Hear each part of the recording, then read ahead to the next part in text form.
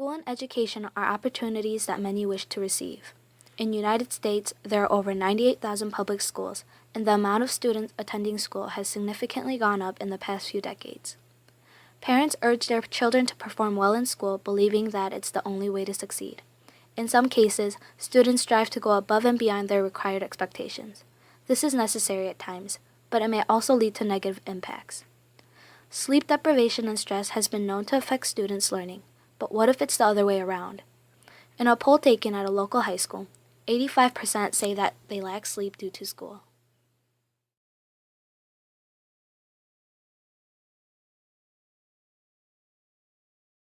So basically, humans have a 24-hour circadian rhythm, which means that our bodies operate on a 24-hour schedule, and we have periods of being sleepy and periods of wakefulness. And different age groups need different amounts of sleep. Yes. All right. Melatonin is basically, think of it like a hormone. It's a chemical that's produced by what's called your pineal gland. And your pineal gland, when you're very little, is gigantic. And so it takes tons and tons and tons of melatonin, which is why it is that babies sleep all the time, because this is what helps you to relax.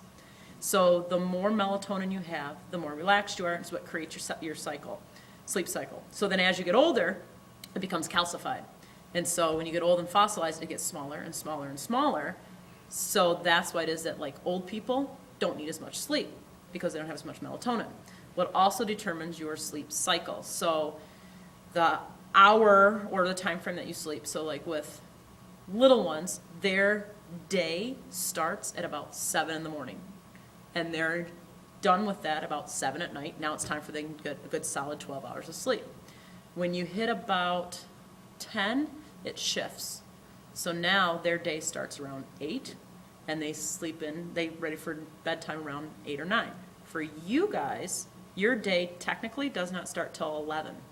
That's when your awake time starts. Your sleep time doesn't start till about 1 o'clock in the morning. So now you need to get your 9, 10 hours of sleep. So the problem is, and then for adults, then it shifts back when you become older. The people in schools are old and fossilized. So we start our days earlier on in the day, but you guys aren't even awake yet. And so that's why it is that you're like so incredibly tired, you aren't really ready to go until probably about 4th hour. However, sleep deprivation is not the only negative effect students receive from school. Suicide, depression, and anxiety all have one thing in common. These are all initiated by stress. In a recent poll taken, 83% of high school students claim that their stress comes from school. Some say that it's the amount of exams they have in one day that stresses them out the most.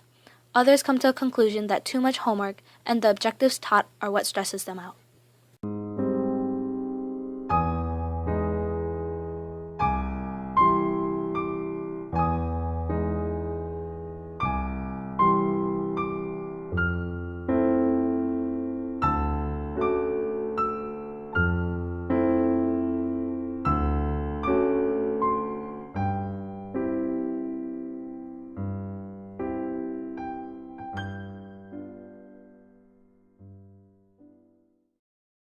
Okay, so in terms of stress in students, the area of the brain that reacts to stress, so let me back up for a second and say that a stressor is just any event that causes stress.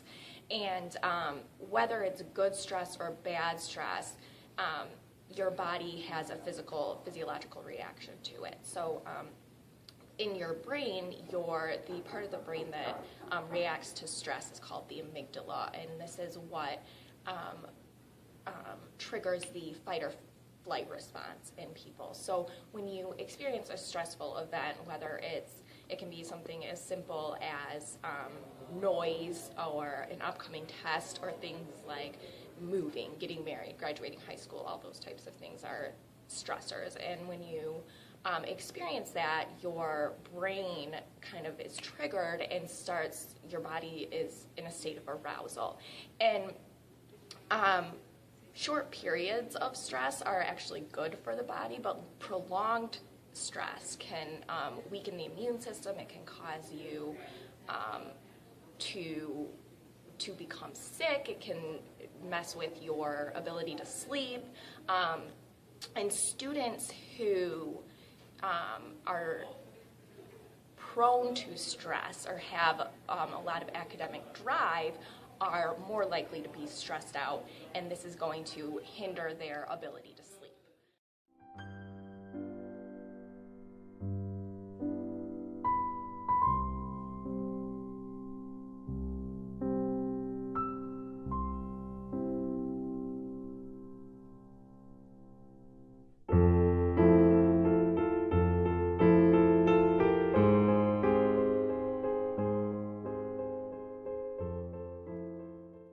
Effects of stress.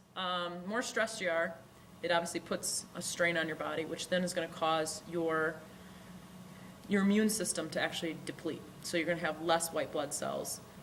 Therefore, if you have less white blood cells, that's why it is you're more likely to then get sick and so on. So that's why you'll notice during final exam time, everybody's getting sick like crazy because they're all stressed out. Well, they can't fight off what normally they'd be able to fight off any other time of the year because they have less white blood cells going on to end up fighting off, within their immune system.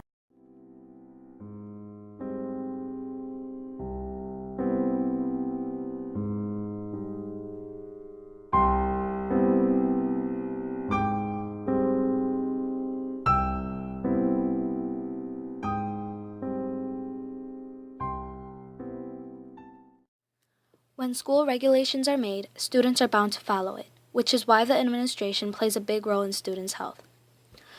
The regulations they set can change both the amount of sleep and stress students receive. Having too much homework or tests where stressors vote is the highest. Scheduling tests according to subject on different days of the week has been a rising topic amongst teachers.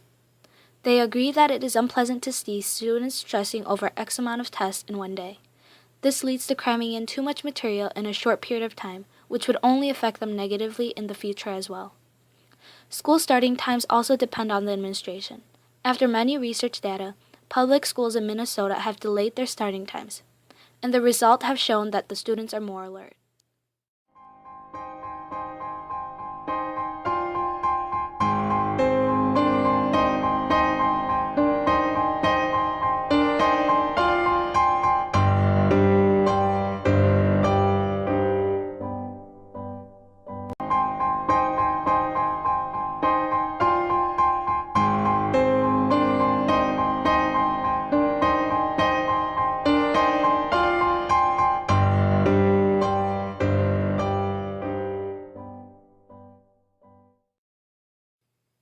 Aside from the administration, parents ask if there's anything that they can do. The roles played by the parents and other family members are significant toward the students. Loud television or music blasting in a usual non-soundproof home is helpless. Most parents who were strict during the children's childhood become lenient over the years. With indifferent parents, bad habits follow. For instance, starting homework at later times in the evening, social media distractions, and limited conversations with the family all contribute to sleep deprivation and stress. Luckily, these can all be controlled with the help of the parents.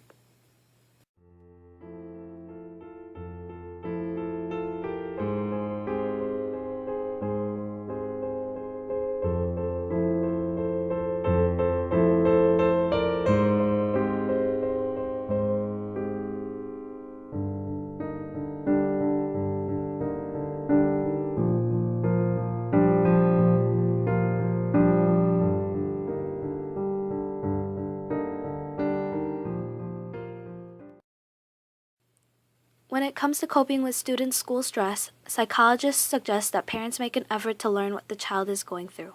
In some cases, parents will treat their teenagers like children. In other cases, they'll just expect too highly of them.